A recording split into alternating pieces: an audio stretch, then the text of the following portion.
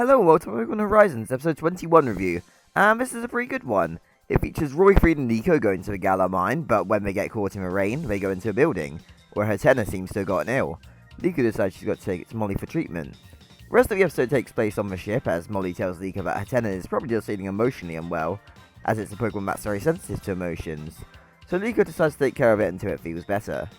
And from there we get Liko taking Dot's outfit to her, where Hatenna walks off while they're talking, and it just runs into Murdoch and Orlo who have a silly little moment. The emotions there chase off Hatenna, and really just in general it deals with a bunch of different personalities on the ship.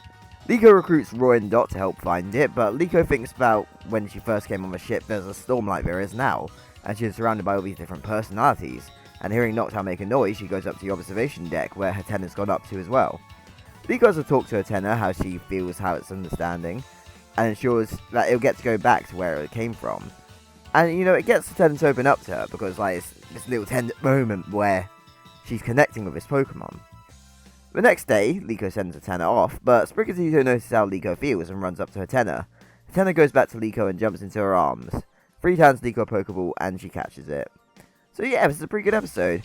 It helps Liko realize in general that she wants to become the type of trainer that can understand Pokemon, and Hatenna is the perfect Pokemon to help her see that. All throughout this episode, there is, like, the theme of Liko not knowing what type of trainer she wants to be. Like, she's got to write an essay on that. Obviously, I feel like that's been kind of a theme lately as well. You know, as she's been, like, seeing Roy making progress in his goal, everything like that. So it's really great to see Liko be the proactive one, rushing it back to the ship for care and looking after it, even if Hatenna did end up running off. The way she related to it was the highlight of the episode, and really sealed that it'd be her first catch, even though they have kind of been laying it on a bit too thick lately that a catch was coming for her. You know, watching Roy and his Pokemon, or having that one girl from her class having made a catch of her own. It was definitely an approach to the catch that felt very fitting for Liko, as she's not really like Roy, who's like super hands-on and very proactive in helping out Pokemon if that was a need, which led to obviously Watcher wanting to follow him. She built up a mutual trust with a Pokemon that was like struggling with its ceilings, and a clash of personalities on board. Relating it to herself and her experience was a great moment. I wonder how they'll approach future catches with her.